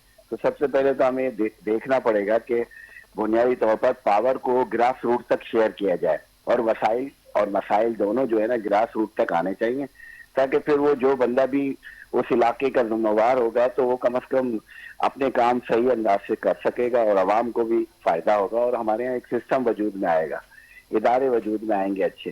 तो बड़ी मजबूरी है। बाकी तो देखें रोडों का बुरा हाल है हैदराबाद। तो आप अपने मेयर जनाब काशिफ शोरो साहब से कोई अपील, कोई रिक्वेस्ट करना चाहते हैं हैदराबाद के हवाले से? काशिफ साहब ने जी माशाल्लाह इस दफा ईद पर हमने देखा है कि काशिफ साहब ने बहुत काम किया है। आलाइशें वगैरह और तमाम तर गंदगी को बहुत तेजी से और बर वक्त उन्होंने साफ किया है और शहर में इस तरह की कोई भी जो कहना चाहिए कि एंडेमिक होती है कंडीशन, और लोगों को बाद में फिर जो है दस्त, उल्टियाँ, मोशन, मुख्तलिफ बीमारियां लाक होती हैं, उससे खुदा का करम है काफी हद तक पैर। तो मैं तो माशाल्लाह, उनको खराज माशाल्लाह। तहसीन पेश करता हूँ कि उन्होंने ये बहुत अच्छा काम किया है। लेकिन अब उनसे अर्ज ये है कि अब तकरीबन 3 साल होने को आ गए हैं बल्दियात के निज़ाम को, अब ये कोशिश करें कि जो हैदराबाद के शहर के बड़े बड़े रोडे कम अज कम वो बना दें। कुछ इलाके हैं अच्छे, जैसे कासमाबाद के इलाके हैं, जैसे लतीफाबाद के बहुत अच्छे इलाके हैं, इसी तरह से कोसार का बहुत इलाका है जो बिल्कुल खंडर बना हुआ है। वहाँ पानी की भी बड़ी शिकायत है, पानी आता नहीं है कोसार में। तो इसी तरह से वहाँ के रोड जो कम से कम 50 साल पहले बने थे, आज तक तो कोई वहां रोड का ही नहीं आपके बना। एमपीए कौन है? कौसार के एमपीए कौन है? ना नाम लेना, कहे ना दिल की बात शाहीन की परवाज से। कोसार के एमपीए जो हैं गालिबन, क्योंकि वो 2 हिस्सों में हैं, निचले हिस्से की तरफ और थोड़ा सा ऊपर जो है वो, अब मैं कहना चाहिए इंजीनियर कायम खानी साहब हैं। नाम क्या और है फिर उनका? साबिर भाई की बात कर रहे हैं आप? साबिर भाई की बात जी कर जी रहा हूँ। जी। और फिर इसी तरीके से जब्बार भाई भी हैं उधर ही। तो ये 2 लोग हजरात हैं। अब बात ये है कि अगर अब होता ये है ना कि कुछ जिम्मेदारियां होती हैं, कुछ ड्यूटीज होती है, और फंड की जहां तक बात है, लाजमी बात ये है बेचारे क्या करेंगे जब तक फंड नहीं मिलेगा। अब फंड का मसला ये है कि अगर हमारे यहाँ पर लोकल बेसिस पे गवर्नमेंट हो तो फंड का बेहतर इस्तेमाल होगा, क्योंकि लोकल गवर्नमेंट जो होगी या अपने इलाके की एक डिस्ट्रिक्ट लेवल की या तहसील लेवल की गवर्नमेंट जो है वो फंड खुद बहुत जनरेट बहुत बहुत करेगी। शुक्रिया, बहुत शुक्रिया। इंशाल्लाह डॉक्टर साहब आपसे नेक्स्ट जो है प्रोग्राम में बात होगी। जी आमिर भाई, जो अभी बजट पेश हुआ, एमक्यूएम ने बड़ा एहतजाज किया, एमक्यूएम पाकिस्तान ने। ये गरीब मुकाऊ बजट है, अवाम दोस्त बजट तो कहीं से भी नजर नहीं आ रहा, यानी गरीब को खत्म ही कर दें। देखिए, बजट कभी भी गरीब के लिए बनता ही नहीं है। ये जो बजट अब बन रहे हैं कोई 15-20 सालों से बनते हैं सिर्फ अमीरों के लिए हैं कि क्या उनको प्रोटेक्ट करना है इस बजट में। ये तो आप भूल जाएंगे गरीब के लिए कभी बजट बनता है या बनेगा। ये बजट बनाए सिर्फ इंडस्ट्रियल के लिए जाते हैं, अमीरों के लिए, जागीरदार वडेरों के लिए बजट बनते हैं। गरीब का बजट से दूर दूर तक वास्ता नहीं होता। देखिए, गरीब का तो ये सिस्टम होता है ना कि गरीब की जेब से पैसा कैसे निकालना है। इतना पैसा निकालो कि वो अपने बच्चों को स्कूल नहीं पढ़ा सके, सिर्फ उसके बाद 2 वक्त की रोटी छोड़ दो, 1 वक्त का खाना भी वो कहीं से मांग के खाए। तो बजट इस तरीके से डिज़ाइन किया जाता है। तो बजट हमेशा अमीरों के लिए बनता है कि उनको अमीर कैसे होना है, और गरीब की जेब से तो पैसा खींचना है। तो बजट का नाम क्या होता है। अब देखिए, वो कब्रिस्तान की बात रह गई। अभी डॉक्टर साहब बात कर रहे थे, जो ग्रास रूट लेवल तो आया हुआ है ना, लोकल गवर्नमेंट के इलेक्शन भी हुए हैं, सारे लोग बैठे हुए, उनके पास हर महीने पैसा आ रहा है। आपका जो कब्रिस्तान वाला मेन सेवरेज का पाइप है, शायद 20 लाख का भी काम नहीं हो। अब उसके ऊपर जो पानी खड़ा हुआ लामाला नीचे कब्रों में जा रहा हो, क्योंकि ज़मीन से ट्रेवल हो रहा है पानी, हाँ जी, हाँ तो बिल्कुल। 20 लाख का भी काम नहीं होगा। जिस चेयरमैन यूसी चेयरमैन के पास 12 लाख रुपए महीना आते हैं, उन टाउन चेयरमैन के पास 7 करोड़ रुपए आते हैं महीने के, 7 करोड़। तो क्या वो 20 लाख का पाइप भी नहीं डलवा सकते सेवरेज का। फिर आप MNA MPS की बात चले हैं, तो MNA MPS की तो देखिए बात ये है कि MNS को फंड जो मिल रहे हैं, तो सिंध गवर्नमेंट वो फंड ट्रांसफ़र होने नहीं दे रही। CM साहब ने कह दिया जब तक मैं हूँ तो मैं MNS को काम करने नहीं दूंगा, यानी मेरे पास पैसे लाओ, मैं अपनी मर्जी से काम कराऊंगा, वो काम हो नहीं हो। MPS को फंड नहीं मिलने चाहिए, हम इसके भी खिलाफ हैं। फ़ंड मिलने चाहिए इदारों को, लोकल गवर्नमेंट के सेक्टर्स को फ़ंड मिले। MPA बताए कि फ़लानी रोड ख़राब है, जाके बनाओ, फ़लानी जगह सेवरेज का इशू है, बनाओ। बड़ी मुश्किल से मैंने सिंध असेंबली में रेजोल्यूशन पास लाया था, वो रिजेक्ट हुई कि कब्रिस्तानों की ज़मीनें रखो। जो कब्रिस्तानों की ज़मीनों पे कब्ज़ा किया हुआ है, जो KDA ने 1965 के अंदर कब्रिस्तान डिक्लेयर किए थे, वो ज़मीनों पे से कब्जे छुड़वाओ और उन कब्रिस्तानों को वापस मेंटेन करो। तो इस साल लोकल गवर्नमेंट ने 400 मिलियन की ADP में स्कीम रखी है ग्रेवयार्ड के लिए कि उनकी मेंटेनेंस और रिहेबिलिटेशन होगी। दूसरी बात देखें, बजट के अंदर कोई भी गरीब का काम नहीं होता। अब आप देखें, फेडरल गवर्नमेंट ने 600 से 700 अरब रुपए रखे बेनिफिट इनकम सपोर्ट प्रोग्राम के लिए। हर साल 600 से 700 अरब रुपया बांट रहे हैं, 5,000 10,000 देते हैं, उसका इम्पैक्ट क्या निकला। यही पैसे बांग्लादेश ने रखे थे 1983 में, उन्होंने ख़वातीन को कॉटेज फैक्ट्री बना के दी, तो आज वो 18 अरब डॉलर जो है हर साल आपको कमा के देती हैं। तो आप बताएं, बिजनेसमैन भी कह रहे हैं 600 अरब में 600 फैक्ट्रियाँ लग सकती हैं, 1 अरब की भी कोई फैक्ट्री लगाए, उससे कितना रोज़गार मिलेगा, वो लोग कितने इम्पावर होंगे। आप उनको भीख मंगा बना दिया है। हम इस प्रोग्राम को बुरा नहीं कहते, मगर इस प्रोग्राम को उसमें तब्दील करें जिससे मुल्क की मैशियत में इजाफा हो। आप 700 अरब रुपए सालाना बांट रहे हैं, तो उससे क्या मुल्क की इकोनॉमी में हिस्सा डाल रहे हो आप। अब देखिए, आप देखें ना, उनको तो लगा दिया आपने कि आपको 5,000 10,000 महीना मिलेंगे। वो क्या है, वो सियासी रिश्वत है। ताकि जब इलेक्शन का टाइम आएगा, लोकल गवर्नमेंट बॉडीज़ हो या सरकार जनरल इलेक्शन हो, तो वो हमें वोट देंगे। ये टोटल जो बजट हो गया वो सियासी बजट हो गया। आप सिंध गवर्नमेंट का बजट उठा लें, सिर्फ अमीरों के लिए रखा है। जितने भी प्रोजेक्ट लाए जाते हैं वो अमीरों के प्रोजेक्ट होते हैं, वो पहले से बने हुए होते हैं कि जी आप 25 अरब का प्रोजेक्ट रख लें। अच्छा आमिर ये भाई, आप बिल्कुल सही कह रहे हैं। मुझे एक बताइए कि मुझसे खफा सूरज भी है, अब सूरज को क्या जवाब दूं? एक गरीब ने पैसे जमा करके अपने सोलर का इंतज़ाम किया कि सोलर लगा के हम एक अपना प्लेटें लगा के एक पंखा चला लेंगे, एक लाइट जला लेंगे। सूरज ने कहा कि चलो मदद मैं कर दूंगा। पाकिस्तान की पार्टियां नहीं करेंगी, सियासी पार्टियां नहीं करेंगी, सूरज कहता है मदद मैं कर दूंगा। अब वो सोलर पे भी 18% टैक्स लगा दिया, तो मुझे बताइए गरीब जाए तो कहाँ जाए? सर मैं आपको यही कह रहा हूँ ना कि गरीब से पैसा कैसे निकालना है। बजट बना अमीरों के लिए। अब किसी इंडस्ट्री ने कहा कि भाई टैक्स निकालो इनसे कि मैंने इतना सोलर इकट्ठा कर लिया है। आप देखेंगे ये बिजनेस से पहले गेम्स होती हैं कि अब उसने हो सकता है कि $1 अरब का उसने या 50 करोड़ या $1 अरब का उसने सोलर बुक कर लिया हो कि जी ड्यूटी डाल दें। अब उसके पास यहाँ पे वेयर हाउस में मौजूद होगा माल। सर भी बेटे इसी तरह से होता है, उन्होंने माल बुक किया हुआ होगा, उनका माल शिप हुआ होगा, अब उसकी शिपमेंट यहीं पड़ी होगी। अब वो जो देगा तो उस पर 18% आपसे चार्ज करेगा। आपसे गरीब आदमी से चार्ज करेगा, मगर गवर्नमेंट के खजाने में जमा नहीं होगा, वो उनकी जेबों में जाएगा। असल मसला हमारे फेडरल गवर्नमेंट के मिनिस्टर एक बात ये कह रहे थे कि हमने जो ये टैक्स बढ़ाए हैं, हम इसकी मैन्युफैक्चरिंग जो है लोकल करना चाहते हैं, ताकि लोकल मैन्युफैक्चरिंग होगी तो ये सोलर और सस्ता होगा। तो इस बारे में आपकी क्या राय है? ये बात उनकी दुरुस्त है? बिल्कुल गलत बात है। देखिए पहले तो आपके बताएं कि किसी को आपने खैरपुर इकोनॉमिक जोन बनाया, बंद पड़ा हुआ है। आपने ढाबे जी इकोनॉमिक जोन बनाया, बंद पड़ा हुआ है। आपके कौन से इकोनॉमिक जोन चल रहे हैं? तो पहले तो आप मशीनरी तो लेके आए, कोई आप जगह तो डिसाइड करें। ये तो देखिए ये आपको अब मैं ज़्यादा बात करूँगा वो बातें बाहर आ जाएंगी। बजट बनता है अमीरों से पूछ के कि भाई ये मैंने सामान लेके आया हूँ, मेरे पास ये सामान के ज़खायर मौजूद हैं, तो इसको आप इस पर अब देखिए। वो जो मैंने आपसे क्या कह रहा हूँ, आप जो टपाल चाय लेते हैं, आप कौन सी चाय यूज़ करते हैं? सर मैं तो टपाल ही यूज़ करता हूँ। इससे पहले तो कोई, चले अब टपाल आपने मेरे मुंह से नाम निकलवा दिया। चले आप कोई भी हाइड उसकी क्रिएट कर दी आपने। नहीं, चले आप मैं टपाल छोड़े, लिप्टन कोई भी चाय की पत्ती ले लें। लिप्टन आप देखिए वो चाय के ऊपर टैक्स कौन भर रहा है? चीनी के ऊपर टैक्स गरीब आदमी भर रहा है। आप 10 रुपए वाला भी पैकेट लेते हैं ना, उस पर ड्यूटी होती है। अगर तिब्बत का साबुन लेंगे 20 रुपए वाला छोटा सा, तो उस पर भी ड्यूटी, या लाइफ बॉय कोई भी ले लें तो उस पर ड्यूटी या टैक्स गरीब आदमी भर रहा है। क्या कभी उस फैक्ट्री की ऑडिट हुई है कि वो पैसा पाकिस्तान के सर मैं तो वो साबुन यूज़ करता हूँ जिसपे कोई नाम ही नहीं होता। ठीक है, उस पर भी टैक्स आप भरते हो, मगर क्या आप समझते हैं कि उनके ऊपर जो है कोई टैक्स जो वो हमसे ले रहे हैं गवर्नमेंट के खजाने में जमा होता है? हमारा मसला है कि हमारे पास टैक्स के रिफॉर्म्स नहीं है। हमारा टैक्स हमसे लिया जाता है, गरीब आदमी से टैक्स लिया जा रहा है, खजाने में जमा नहीं हो रहा। अब सोलर की भी किसी की फरमाइश होगी कि ड्यूटी लगाने, उनके पास माल स्टॉक होगा, तो अब वो चक्कर ये ना कि बिजली तो काफ़ी नहीं है जी, बिजली तो बहुत नहीं हो गई हमारे पास नहीं जमा। बिजली देखिए आज देखिए, आप जो लोग ई मीटरिंग कर रहे थे, जो के इलेक्ट्रिक की सीईओ ने खुद कहा कि 300 अपना मेगावाट के सोलर से हमें मिल रहे हैं, 300 मेगावाट सोलर दे रहा है, उसके बाद आप यूनिट उनका कम कर देते हो।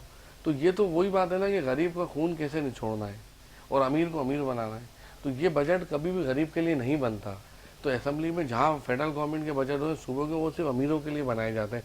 आप मुझे बताएं, मुल्क गरीब हो रहा है, मुल्क कर्जे ले रहा है, कोई एक फैक्ट्री ओनर बता दें किसी की फैक्ट्री जो है बैंक करप्ट हुई हो, वो एक फैक्ट्री से दूसरी फैक्ट्री लगा रहा है, दूसरी से तीसरी फैक्ट्री लगा रहा है, तो उनके पास ऐसा क्या जादू है? मेरे मुल्क को और मेरे सूबे को गरीब करते चले जा रहे हो, आप अपनी फैक्ट्रियाँ बढ़ाते चले जा रहे हो। तो ये कौन सा मैकेनिज्म है? ये हमारे सूबे और मुल्क को क्यों नहीं बताता कोई? कि कोई बिजनेसमैन आए बताए कि यार आप भी ये करें कि मेरा मुल्क आगे बढ़ेगा।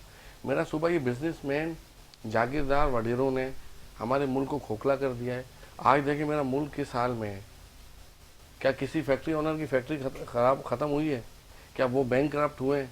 आज आप सोचें, जो बंदा 30 साल पहले चले हैं, 40 साल पहले जाएँ, हमने कोटरी में भी देखा है कि वो जॉबें करते थे, आज वो 6-6 फैक्ट्रियाँ बना के बैठे हुए। तो यही हाल है कि इन्होंने मुल्क को खाया, इन्होंने टैक्स में चोरियाँ की। टैक्स कोई फैक्ट्री ओनर नहीं भर रहे, मैक्सिमम चोरी टैक्स में है। अगर ये टैक्स के ऊपर रिफॉर्म हो जाए, FBR ईमानदारी से रिफॉर्म कर ले, तो शायद हम अपने मुल्क का कर्जा 1 से 2 साल में अपना कर्जा उतार दें। कर्जा उतार लें। नाजरीन आप मत जाइएगा, मिलते हैं एक छोटे से ब्रेक के बाद।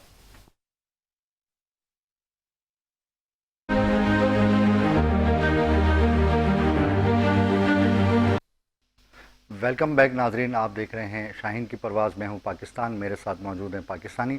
आज आपको पता है कि फ़ादर्स डे भी है और मेरी लैला तो मेरे वालिद ही थे जो इस दुनिया में नहीं है, लेकिन मैं दुआ करता हूं कि अल्लाह ताला ने मुझसे बेहतर उनको अच्छी जगह पे रखा हुआ है और जन्नतुल फिरदौस में मेरे वालिद मोहतरम जनाब अज़हर अली शाहीन साहब को आला मुकाम अता फ़रमाए।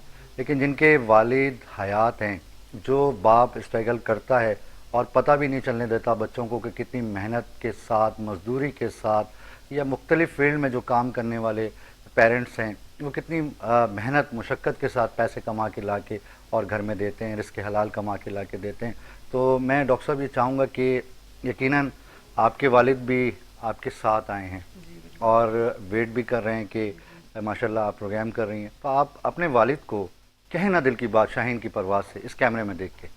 अच्छा, आज फादर्स डे पे फर्स्ट टाइम मौका मिला है बात करने की, क्योंकि मदर्स डे पे तो बहुत बात हो जाती है, कॉन्टेस्ट होते हैं, एक्टिविटीज़ होती हैं, लेकिन फादर्स डे पे कुछ नहीं होता है। तो बेसिकली हर जगह ये होता है कि मेरी माँ ने मेरे लिए ये किया, मेरी माँ ने इतना सेक्रीफाइस किया। लेकिन मैं ये कहूँगी आज जो भी मैं हूँ या मैं आगे जो भी सोचती हूँ या जो मैं करना चाहती हूँ उसमें सब कुछ मेरे फादर का मुझे सपोर्ट है। चाहे बचपन से लेके आज तक जो भी चीज़ करने का सोचा, जो चीज़ देखी, कुछ टाइम ऐसे भी आया जब हमारे पास कार अवेलेबल नहीं होती थी, लेकिन वो मुझे ट्रैवल करके इतनी दूर लेके जाते थे कि इसका इंटरव्यू है, इसको क्लियर करवाया जाए। चाहे वो मेरी प्रोफेशनल लाइफ थी, मेरी ये एक्स्ट्रा करिकुलर एक्टिविटीज़ थी या मेरी एनजीओ से रिलेटेड भी था। बहुत दफ़ा होता है जब बंदा यही बजट को लेके भी बड़ा हार्श हो जाता है कि यार नहीं होगा, ये सोशल वर्क नहीं होता, तो उस वक्त भी मना हो जाता है। बाद में जो पीछे से वो फादर ही हो रहे होते हैं कि ये करना है तुमने, ये कर लोगी, क्योंकि माँ तो हर किसी की कर रही होती है, लेकिन बहुत कम लोग होते हैं जो अपने फादर को क्रेडिट देते हैं।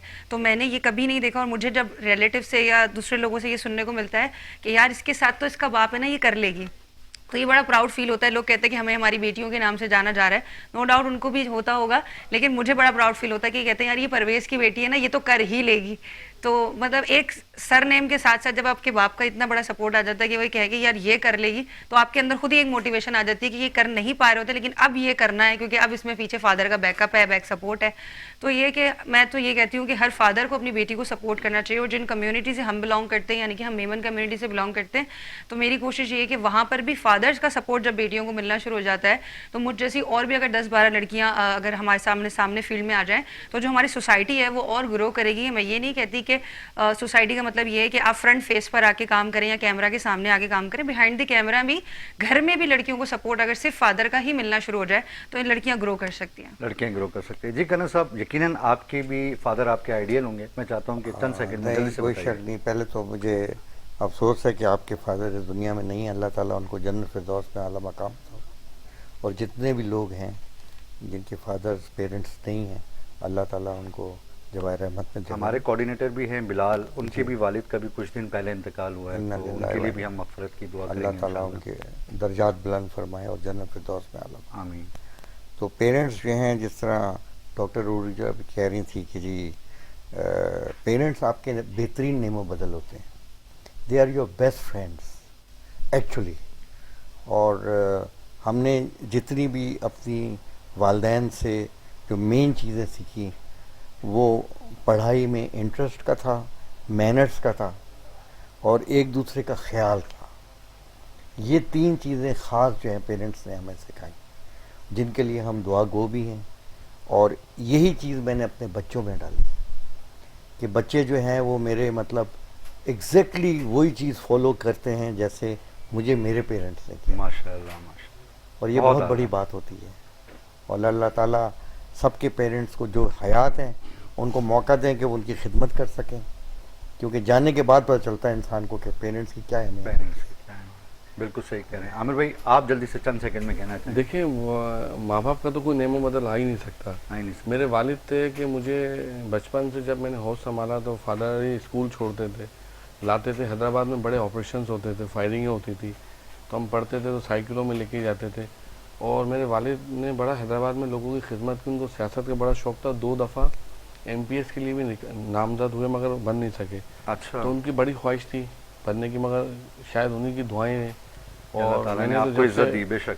अल्लाह ताला ने, ये उनकी ख्वाहिश थी कि मैं वो बन नहीं सके, तो शायद उन्हीं की वजह से, उनकी दुआओं से मैं आज मेंबर सूबाई असम्बली हूँ माशाअल्लाह। और मेरे वालिद ने हमें बहुत सिखाया।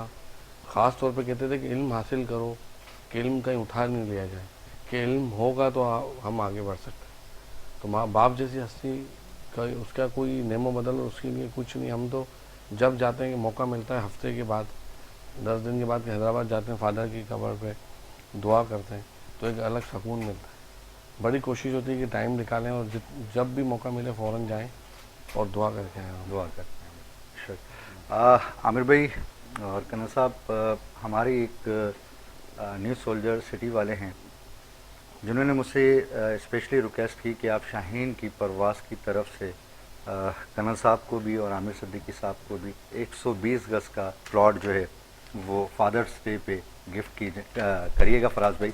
तो ये न्यू सोल्जर सिटी की तरफ से आपको बहुत बहुत शुक्रिया। एक प्लॉट है 120 गज का। Thank you very much. Thank you, बैठिए। आमिर भाई, ये आपके लिए है न्यू सोल्जर सिटी की तरफ से 120 गज का प्लॉट, जो कि फादर डे के ऊपर आपके लिए है। अच्छा, मैं ये चाहता हूँ कि आप भी छोटा सा एक न्यू सोल्जर सिटी को एक मैसेज देना चाहें।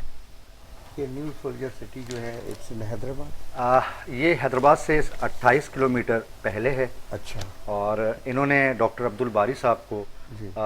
25 एकड़ ज़मीन इंडस हॉस्पिटल को डोनेट की है। अच्छा। और इंशाल्लाह अल्लाह ने चाहा तो इंडस हॉस्पिटल एक और वहाँ बनेगा। सही।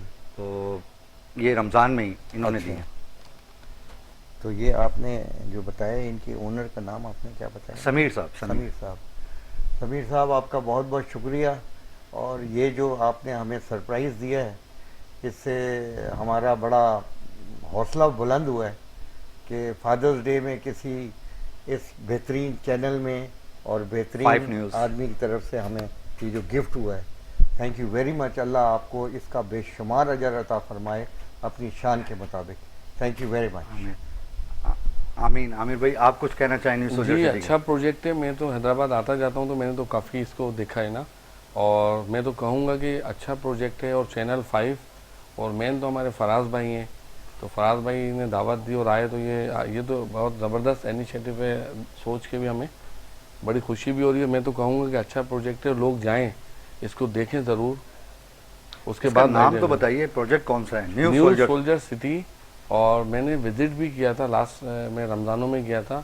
उसके बाद ईद और बकरा ईद के बीच में भी चक्कर लगाए। तो मैं दोस्तों को कहूँगा कि जाएं ज़रूर, विज़िट करें, उसके बाद फैसला करें कि बहरिया टाउन जैसा है या उससे अच्छा है। नहीं, इंशाल्लाह कोशिश कर रहे हैं ये समीर भाई, इंशाल्लाह अल्लाह ने चाहा। जब नीयतें अच्छी होती हैं, इन्होंने काफ़ी प्लॉट्स जो हैं हमारे शाहीन की परवाज़ से गिफ्ट किए हैं बहुत सारे लोगों को। और जब अल्लाह ताला जो है वो न्यूज़ 5 के प्लेटफॉर्म से दिए, और जब अल्लाह ताला चाहते हैं तो फिर उस चीज़ में, उस काम में बरकत ही बरकत होती चली जाती है। तो इंशाअल्लाह ताला बहुत शुक्रिया न्यू सोल्जर सिटी आपकी तरफ से, आपने हमें प्लॉट दिए और हमने 5 न्यूज़ की प्लेटफॉर्म से जो है अपने गेस्टों को गिफ्ट किया। अच्छा, मैं आमिर भाई एक चीज़ और पूछना चाह रहा हूँ कि जान की अमान पाऊँ तो कुछ अर्ज़ करूँ। अभी आपने खुशखबरी सुनाई थी मुझे। पहली बात तो ये कि हम तनकीद बाय इस्लाह करते हैं, हमारी ज़ाती तो लड़ाई है नहीं, ज़ाती तो झगड़ा किसी से है नहीं, और ये इस प्रोग्राम का मकसद भी नहीं है कि किसी की दिल आज़ारी करना। हम सब मिल के एक साथ खड़े होके, जैसे हमारी पाक फ़ौज ने पूरी कौम को मुत्तहद कर दिया, ऐसे हम भी चाहते हैं कि तमाम सियासी पार्टियां मुत्तहद हो जाएं। ये मसला ना पीपल्स पार्टी का हो, ना MQM पाकिस्तान का हो, ना PTI का हो, ना मुस्लिम लीग नून का हो। ये मसाइल हम सब के हैं और हम सब ने मिल के पाकिस्तान को बेहतर से बेहतरीन बनाना है। तो इस बारे में आप जो हैदराबाद की अभी कुछ कह रहे थे आप कि कुछ पाइपलाइन वगैरह इंशाअल्लाह ताला वो। जी, मैंने कहा कि बिल्कुल मेरी बात हुई है अपने MPA से, साबिर भाई से भी कहा मैंने, राशिद भाई को। मैं साबिर भाई ने मुझे यकीन दहानी कराई कि मैं ये आपको सेवरेज का इशू कुछ दिनों के अंदर, यानी 1 वीक के अंदर ही आपको हल करा के देंगे। जो लाइन बैठ गई है इसको हम न्यू लाइन डलवा के देंगे। रोड के लिए मैं पूरी कोशिश करूँगा, असेंबली में आवाज़ भी उठाऊँगा और दबाव डालेंगे कि ये कब्रिस्तान का मामला है। आप शहर को खंडर बना दिए, कम से कम लोग कब्र लेके आते हैं, पैदल चलते हैं, तो पाँव भी मुड़ सकता है, वहाँ जाना मुश्किल है। तो पूरी जोर लगाएंगे कि आपकी सड़क भी बन जाए। अब आपने जो बात की, देखिए हम यही बात करते हैं कि पार्लियामेंट क्यों है। पार्लियामेंट का मकसद ये कि हमारा कोई ज़ाती मसला नहीं है। हम कहते हैं आपके पास बल्दियात भी है, आप MP, आप खुद ही पैसे खर्च करें। मैं इसके सख्त खिलाफ हूँ कि MPs और MLAs के फ़ंड नहीं होने चाहिए। तो करप्शन होती है। आप खुद काम करवाएं, हमें पार्लियामेंट में आवाम क्यों भेजती है कि हम अवामी मसाइल हल करें, हमारे स्कूल ठीक हो, हमारे कॉलेज ठीक हो, हमारे अस्पताल में दवाइयाँ मिलें, हमारे इलाकों में पानी का इशू है, पानी हमारे इलाकों में आ जाए, सीवरेज के मसाइल हो, ये गवर्नमेंट का काम है और आपके पास वसाइल मौजूद हैं। अगर आपके पास फंड्स नहीं है तो अलग बात है, फेडरल गवर्नमेंट हर साल आपको 2000 अरब दे रही है। तो आप देखिए ये सारे चीज़ों को भुला दें, कौन पीपल्स पार्टी का है, कौन MQM पाकिस्तान से है, कौन PTI से है, कौन जमात इस्लामी से, सब मिल बैठे हैं और ये मुल्क को आगे ले जाने का टाइम है। आज पूरी दुनिया में ग्रीन पासपोर्ट की एक अपनी इज्जत बन चुकी है। आपने मेरे अल्फाज छीन लिए। मैं ये ग्रीन पासपोर्ट पे अभी ट्रैवल वाला था। करें जी जी। तो जहाँ हम जाते हैं लोग हमें प्यार कर रहे होते हैं, पूछते हैं यू आर पाकिस्तानी। तो आज आप हज पे भी जा रहे हैं, लोग खुश हो रहे हैं हमें देख के। तो आज जो मेरा पासपोर्ट है आज नंबर 1 पे आ चुका है। तो आज आपके पास कतर, बहरीन और एहसान है आपका, आप हमारे कुवैत में- field marshal general Asim Munir साहब बिल्कुल, का देखिए आज सलूट है आपको जनरल साहब, आज सलूट 16 है। साल बाद कुवैत ने आपके लिए वीज़े खोले हैं। तो आपको दुनिया वीज़े दे रही है। तो आप सोचेंगे आज हम अपने मुल्क को आगे ले जाने की बात करें, हम भूल जाएं आप अमीर बन चुके हो, इस पैसे का क्या करोगे। तो आप सोचेंगे आओ बैठो इस मुल्क को आगे बढ़ाओ। आओ बैठो और इस मुल्क को आगे बढ़ाओ। जल्दी से, टाइम हमारे पास बहुत शॉर्ट है। डॉक्टर रूसा एक मैसेज देना चाहें जल्दी से, कैमरे के सामने बस देखते हैं। यही मैसेज है कि जिस तरीके के आजकल हालात हैं, बजट है, तो गवर्नमेंट से यही होगा कि जो सैलरीड पेड पर्सनस लोग हैं उनके लिए इसको थोड़ा सा रिलीफ किया जाए, ताकि जो सोशल वर्क करते हैं हम जैसे लोग, हम उन लोगों तक अपनी चीज़ें और रिसोर्सेज पहुंचा सकें, ताकि जब हमारे पास सैलरीज होंगी, अच्छे अमाउंट होगा, तभी हम अपने से नीचे लोगों के लिए काम कर सकेंगे। और नीचे के लोगों से यही है कि सपोर्ट को जो है उसका नेगेटिव यूज़ ना करें। आप सपोर्ट को एक सपोर्ट की तरह करें और ख़ुद भी आगे आके मुल्क की तरक्की के लिए काम करें और मुल्क को आगे बढ़ाएं। काम करें। अच्छा, मैं अपनी टीम से कहूँगा कि नवीद साहब नज़र नहीं आ रहे। नवीद साहब के लिए भी, हमारे जो डायरेक्टर हैं उनके लिए भी एक प्लॉट है न्यू सोल्जर सिटी की तरफ से, अगर वो तशरीफ़ ले आएँ तो मैं कर्नल साहब के हाथ से मैं दिलवाना चाहता हूँ। दूसरा मैं शुक्रिया करूँगा हमारे पास गायबाना तौर पे मौजूद रहे हमारे डिप्टी मेयर साहब, जिन्होंने कमिटमेंट किया था, वो निजी मसरूफियात की वजह से नहीं आ सके। जनाब बहुत शुक्रिया। डिप्टी मेयर कराची साहब सलमान अब्दुल्ला मुराद बलोच साहब, आपका बहुत शुक्रिया। आप पूरे प्रोग्राम में गायबाना तौर पे मौजूद रहे, आपका बहुत शुक्रिया। मैं दिल की गहराइयों से शुक्रिया अदा करता हूँ कि आपने हमारा प्रोग्राम भी देखा और हमारे प्रोग्राम में हमारे गेस्टों के साथ मौजूद रहे। जी कर्नल साहब, आप कोई एक मैसेज देना चाहें मेरा लास्ट हैदराबाद और मातली के लिए? जी, वो ये है हैदराबाद, मांथली और इंटरनल सिंध।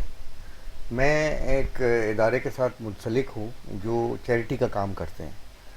वो तकरीबन अभी तक कोई 2 से 2,500 हज़ार हैंड पंप इंटीरियर सिंध में लगा चुके हैं। उसके अलावा ये वहाँ पर राशन तकसीम करते हैं। उन्होंने एक ऐसा विलेज डिस्कवर किया सिंध में जहाँ पे तकरीबन 60 से 70% लोग अंधे हैं। उनके साथ उन्होंने पहली अफ्तारी की, उनको राशन दिया और उनके गांव में जो है उन्होंने हैंड पंप्स लगाए और ये काम जारी है। और व्हील वो देते हैं, चेयर्स। अगर किसी को ज़रूरत हो तो मैं उनका नंबर और नाम बताता हूँ, तो वो उनको रब्ता कर सकते हैं। व्हील चेयर जो जायज़ बंदा है, जिसकी टांगों से माजूर है, कहीं ना दिल की बात, उनका नाम लीजिए शाहीन की परवाज से। हाँ, उनका नाम है सैयद हबीब जाफरी। कैमरे की तरफ, ये कैमरा आप। सैयद हबीब जाफरी, और उनका टेलीफोन नंबर है 0331 4721 और अरसलान वेलफेयर उनका इदारे का नाम है। और ये पूरे पाकिस्तान में ये कर रहे हैं। और अभी ये हाल में इराक गए थे, वहाँ भी ऐलान करके आए हैं कि जिसको वहाँ पे चाहिए व्हील चेयर्स तो वहाँ भी सप्लाई करेंगे। बहुत शुक्रिया। पिंडी में भी करते हैं, लाहौर। बहुत शुक्रिया आमिर भाई, आपका बहुत शुक्रिया। आपका मैसेज तो कंटिन्यू चल ही रहे हैं हैदराबाद के लिए। मैं अपने तमाम गेस्टों का शुक्रिया अदा करूँगा जिन्होंने अपनी मसरूफियात में से टाइम निकाल के शाहीन की परवाज़ में तशरीफ़ लाए। नाजरीन, आप हमारा शो यूट्यूब पे भी देख सकते हैं, सोशल मीडिया पे देख सकते हैं।